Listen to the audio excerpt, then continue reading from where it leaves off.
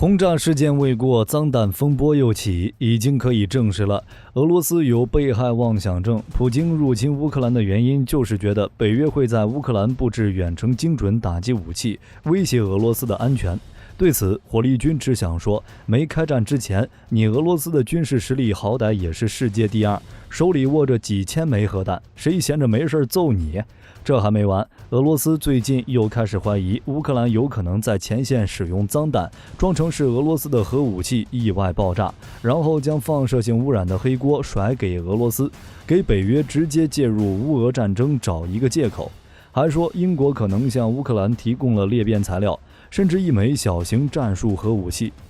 这个就更离谱了，乌克兰使用脏弹，那就是自损10000伤敌1000。而且乌克兰的前线又不是没有优势，只要有时间，迟早都能光复伪公投4地，顺带拿下被俄罗斯夺走的克里米亚，不留一点后果。这笔账，火力军不相信乌克兰算不清。既然事情那么明显，为什么俄罗斯要一口咬定乌克兰使用了脏弹？脏弹的危害又有多大？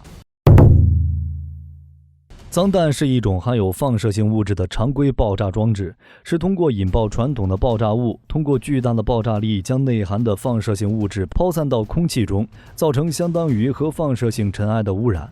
它含有的炸药含量不高，铀等放射性物质一般都在脏弹顶部，炸药太多会导致脏弹引爆时产生的高温消耗掉放射性物质。如果炸药量太小，又无法将放射性物质扩散到更远的地方。所以论爆炸的杀伤力，脏弹没有核弹强，但是核辐射一点都不少。用脏弹袭击人口稠密的城市区域，接触者会在短时间内死亡、慢性中毒或导致癌症。遭袭城市、街区和建筑物都会受到放射性物质污染，在以后数十年甚至千百年中退化为不适合人类居住的放射性地区。所以使用脏弹的目的通常不是为了将城市夷为平地，而是散播有害物质。更重要的是，脏弹与传统的核武器不同，它不是制式武器，而且爆炸的过程非常简单，用爆炸物将球状或粉末状的钴60、铯137或铯90等放射性物质包裹起来，就制成了脏弹。一个最简易的脏弹，就是只需要把放射性物质扔在目标附近，任其散播辐射，甚至不需要它具有爆炸性。相比较核弹，脏弹的现实威胁更大，因为它的威力使用也很方便。脏弹的结构和普通炮炸装置一样简单，制造起来难度低，体积也小，携带方便。比如在装有一定核废料的容器周围安放炸药，遥控引爆，也可以通过无人机携带核废料和炸药，在目标区上空爆炸。根据使用的核废料数量和爆炸物的不同威力，脏弹作用范围不同，引爆区域不同，造成的伤害也不同。脏弹不是那种辐射照射就立刻造成大量人员死亡，它的作用就属于是通过辐射影响这一片区域。如果人体没有采取任何措施清理受影响地区，那就可以直接下达死亡通知书了。脏弹被投放到水源中，比如水库、河流，可能会制造大范围、长时间污染，影响大量人口的健康。对数以千计的受害者进行治理，以及对受影响地区进行去污处理，都需要花钱、花时间。脏弹也会导致被投放地区长时间无法使用。一枚含有9克放射性物质钴60和5公斤炸药的脏弹在纽约曼哈顿的上空爆炸，这座城市将在此后数十年的时间里不易居住。而对于已经受了数月冲突影响的乌克兰来说，使用脏弹就意味着彻底废弃一座城市，让本就不富裕的经济雪上加霜。这也是为什么火力军会认为乌克兰不会使用的原因。至于俄罗斯咬定乌克兰要用，火力军更觉得这是俄罗斯使用脏弹的前奏，先做好舆论工作，等使用之后就直接甩锅，也就是贼喊捉贼。说俄罗斯贼喊捉贼也不是没有原因。10月26日到10月29日，俄罗斯在多个海空域执行大规模核军演行动，多么熟悉的剧本！乌俄战争就是这么打起来的。俄罗斯以军演为借口直接动手，当然这个只是猜测，毕竟这次还有北约在。从10月17号开始，北约就在英国、比利时和北海附近区域进行了坚定正午核演习，预计到30号结束。俄罗斯在这个点估计不敢，说俄罗斯可能会使用脏弹，最主要的原因还是俄军在前线的表现实在是太拉胯了。现在俄罗斯的军事压力很大，比如南线的赫尔松，随着乌军反攻持续，俄罗斯面临的压力越来越大，数万民众被强制离开，可能到年底乌克兰就能光复赫尔松，拿下赫尔松，克里米亚就是囊中之物。普京无法接受这样的结局，选择背水一战不是没有可能。咬定乌克兰使用脏弹还有一个原因，利用舆论压力减缓或阻止北约对乌克兰的军事援助。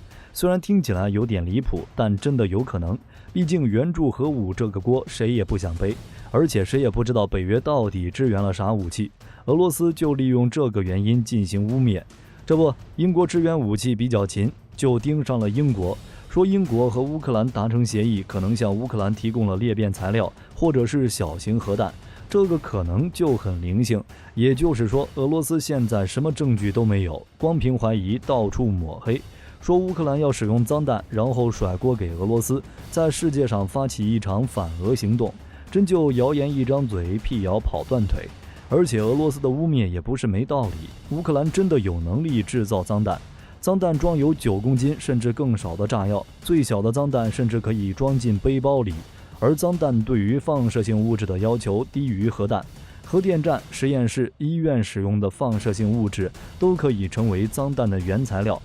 想获取小批量放射性原材料并不是难事。冷战时期，前苏联就胡乱抛弃了不少小型便携式核电站部件。自1996年以来，美国商业和研究机构有近1500件带有放射性部件的设备失踪。一些恐怖分子都能从医院或者科研机构盗窃放射性原料，更别说乌克兰还有核电站。乌克兰4座核电站拥有15座核反应堆，提供了乌克兰约一半的电力供应。虽然乌克兰现役的核电站都是苏联的遗产，15座核反应堆中的9座都将在未来数年内达到设计寿命终点。例如，规模最大的扎波罗热核电站始建于1981年，目前共有6座核反应堆在运行，其中1号、2号和4号核反应堆均为超期服役。不过，其中废弃的材料完全可以当作脏弹的原材料。所以，如果问乌克兰有没有实力制造脏弹，那毫无疑问可以。俄罗斯说乌克兰会使用脏弹，也不是张嘴就来。不过，乌克兰能造的脏弹都是那种小型的，对敌人造成的伤害有限，使用的后果与获得的成果完全不成正比。所以，综合来看，火力军的看法是俄罗斯想贼喊捉贼。那如果俄罗斯真的使用脏弹，会造成什么样的后果？比较小的脏弹就是那种核背包，冷战时期美苏都造过，最典型的就是苏联的核手提包，甚至说朝鲜都有。之前阅兵的时候，士兵一个人背一个包，上面标有核武的标志。这种核背包对建筑物造成的伤害有限，爆炸的威力不高，对人体的伤害是持续性的。火力军认为，这种小型的脏弹出现在乌俄战场的几率非常小。俄罗斯使用它不能改变战局，被发现了就要面临北约的平推。乌克兰也不会用，有海马斯在，打哪儿都行。而且使用脏弹对自家本土有影响，拿一个城市换一点优势，血亏。所以最有可能出现的就是那种大型的脏弹，直接决定战场的胜负，就跟2战的结束场景差不多。不过截至目前，在战争中还没有脏弹被使用的记录。但是这种大型脏弹造成的影响，可以看切尔诺贝利核电站或者福岛1号核电站发生的核泄漏事故。切尔诺贝利核电站事故释放出的辐射线剂量是广岛的原子弹的400倍以上，对乌克兰数万平方公里的土地造成污染。普里皮亚继承因此被废弃，死亡人数 9.3 万人，致癌人数27万人，250多万人因辐射患上各种疾病，损失大概2000亿美元。苏联瓦解后独立的国家，比如俄罗斯、白俄罗斯及乌克兰，现在都在投入经费与人力，用来灾难的善后以及居民健康保健。因事故而长期或直接死亡的人数难以估算，事故后的长期影响还是个未知数。完全消除这场浩劫对自然环境的影响，至少需要800年，而持续的核辐射危险将持续10万年。福岛1号核电站泄漏所释入大气层的总共辐射剂量，大约是切尔诺贝利核电站事故的1/10。大部分的放射性物质被释入土地与大海。事故发生后，福岛核电站附近水域的水源辐射含量超过了世界规定的400倍，有多达300吨的高辐射浓度污水无法处理。还有美国的比基尼岛试验，当时美军首批研发的原子弹一共有4枚，第1枚用来测试，剩下的3枚美国本来是打算轰炸日本，不过小男孩胖子这2枚核弹丢下去之后，日本就投降了。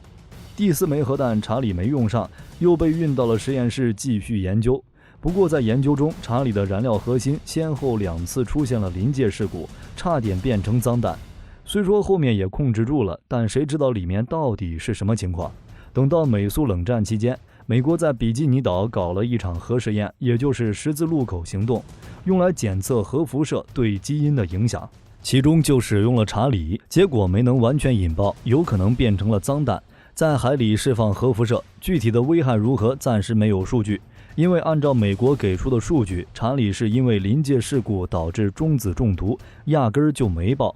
但是美军在比基尼环礁使用的核弹不止查理一个，影响范围很大。到现在，比基尼环礁旁边的艾尼维塔克环礁上还有一个水泥修建的穹顶，里面埋了73000立方米的核垃圾，这里面的核辐射至少能持续24000年。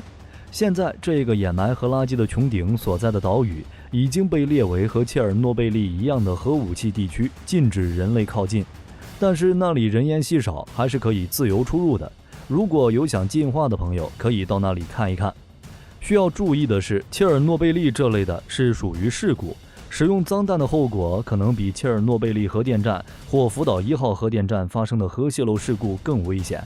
因为在事故发生后，苏联、日本都在第一时间进行了处理，但是脏弹不会，来不及处理，只能任其扩散。虽然脏弹爆炸后受影响地区的居民大多能够及时逃脱，但由于潜在的辐射威胁，人类被迫放弃受影响的城市，进而产生的经济损失却是巨大的。